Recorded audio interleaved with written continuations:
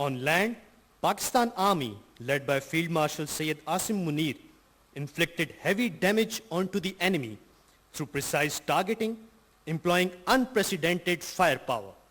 Whereas at sea, Pakistan Navy, under the command of Admiral Naveed Ashraf, defended the nation's seaward frontiers and deterred aggression across a turbulent, multi-front regional threat.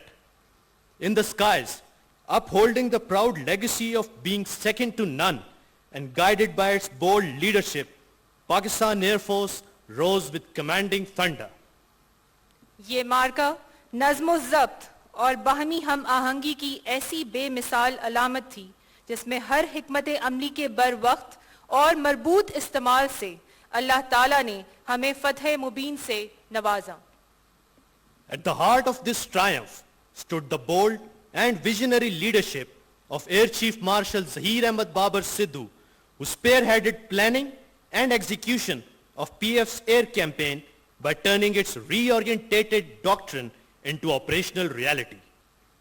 He was the architect of PF's transformative modernization, comprising smart induction of our war-winning capabilities and indigenous pursuit of integrated niche and disruptive technologies.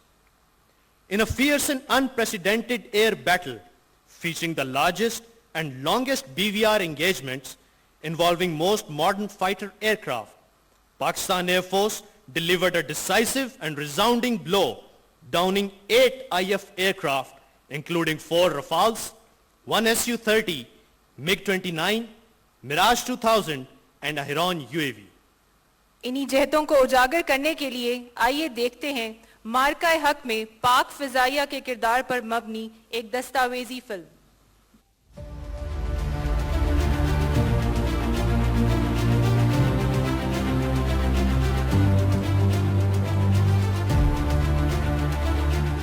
There are moments in history when nations are tested, moments when peace is challenged, when sovereignty is provoked, and when destiny calls upon the guardians of a homeland.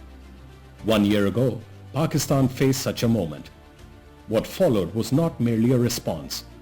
It was discipline forged into action, precision transformed into power, and resolve written across the skies. That defining chapter became known as Maarka-e-Haq. On 22nd April 2025 at 1400 hours in the northwestern mountainous region of Indian illegally occupied Jammu and Kashmir, a locality bustling with attracting tourists. A premeditated false flag attack by the Indians was launched on their own innocent people, claiming 26 Indian lives. In a blink of an eye, without an iota of evidence, the Indian government started a disinformation campaign to build a flawed and false narrative against Pakistan. With the greatest of respect to the judges, they will not take responsibility for the security situation. These are matters in which the governments and armies must be given a free hand. Anticipating a possible misadventure, Chief of the Air Staff, Pakistan Air Force, activated a calibrated, multi-domain posture. His strategic foresight and commitment to ensure impregnable aerial defense of the motherland translated into a potent application of highest state of operational readiness, embedded seamless integration of multi-domain warfare assets. Chief of the Air Staff remained fully engaged, personally overseeing developments and directly briefing each member of his core team on the operational design and his strategic game plan. This was not a reactive deployment, but a deliberate positioning of all tiers of aerospace power. PAF's manned combat force on alert, unmanned systems for persistent surveillance, space-based assets for extended situational awareness, cyber units securing and probing the digital domain, integrated air defense systems layered for deterrence, and electronic warfare capabilities primed to dominate the spectrum. The objective was clear: maintain full spectrum awareness and be ready with a measured proportionate response to retain escalation control. This did not happen overnight. It was the strategic foresight of PAF leadership who soon after assuming command of PAF envisioned how the future war between India and Pakistan would look like.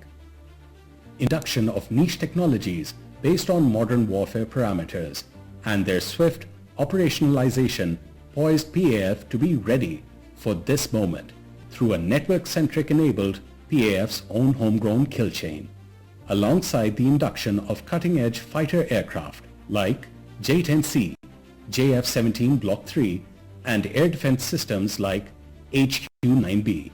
Each unit was seamlessly integrated into multi-domain network of PAF. PAF elite fighter units, especially No. 15 Multi-Role Squadron, equipped with J-10C aircraft, were enabled and trained with a very aggressive mindset and killer instincts through exposure in complex, near-realistic combat scenarios to shoot down the enemy whenever called upon by the nation.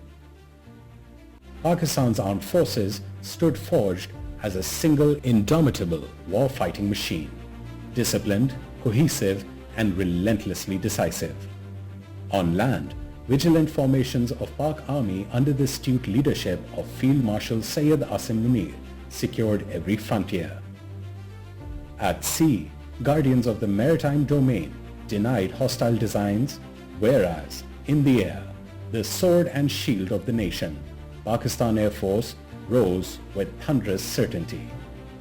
This was the power of jointness and synergy. Every movement connected, every domain aligned, every strike carrying the weight of a nation united. On the first anniversary of Maarka-e-Haq, every member of Pakistan Air Force renews a sacred pledge to remain vigilant in peace, to remain fearless in crisis, and to guard every horizon of the motherland. During Maarka-e-Haq, PAF Shohada wrote their names in the heavens with sacrifice, securing the honor of our nation. Their silence now echoes louder than thunder, a testament to duty fulfilled beyond fear, reiterating that the defense of Pakistan is inviolable. Its skies are secured by courage, its sovereignty is protected by sacrifice, its future is defended by those who stand watch.